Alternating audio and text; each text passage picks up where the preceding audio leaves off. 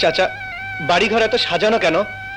আর হেনা কোথায়? সিনেমার সংলাপ কখনো কখনো সময়কে অতিক্রম করে যুগের পর যুগ দর্শকদের মনে গেঁথে থাকে। ঠিক তেমনি 1996 সালে মুক্তিপ্রাপ্ত প্রেমের সমাধি সিনেমার সংলাপ চাচা হেনা কোথায় নতুন করে আলোচনায় উঠে এসেছে।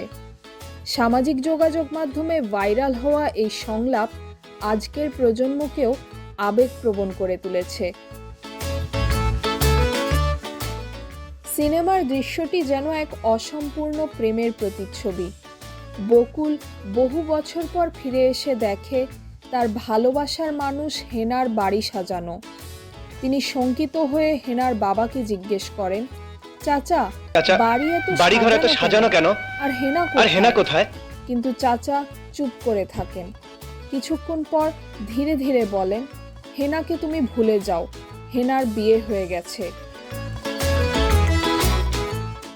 বকুল এই কথা মানতে পারেন না। তিনি চাচার সামনে দাঁড়িয়ে দিশেহারা কণ্ঠে বারবার বলেন, না না, হেনার বিয়ে হতে পারে না, আমি বিশ্বাস করি না। এই সংলাপের পরপরই আবেগঘন গান প্রেমের সমাধি ভেঙে মনের শিকল ছিঁড়ে পাখি যায় উড়ে যায় গানটি পর্দা জুড়ে বেজে ওঠে, যেন প্রেমিকের অন্তর্দহন দৃশ্যমান হয়ে ওঠে। 29 বছর পর নতুন প্রজন্মের কাছে এই সংলাপ আবারও আলোচনার কেন্দ্রবিন্দু। এই ভাইরাল সংলাপ প্রমাণ করে যে একটি ভালো গল্প ও সংলাপ সময়কে অতিক্রম করে প্রজন্ম থেকে প্রজন্মে ছড়িয়ে পড়তে পারে।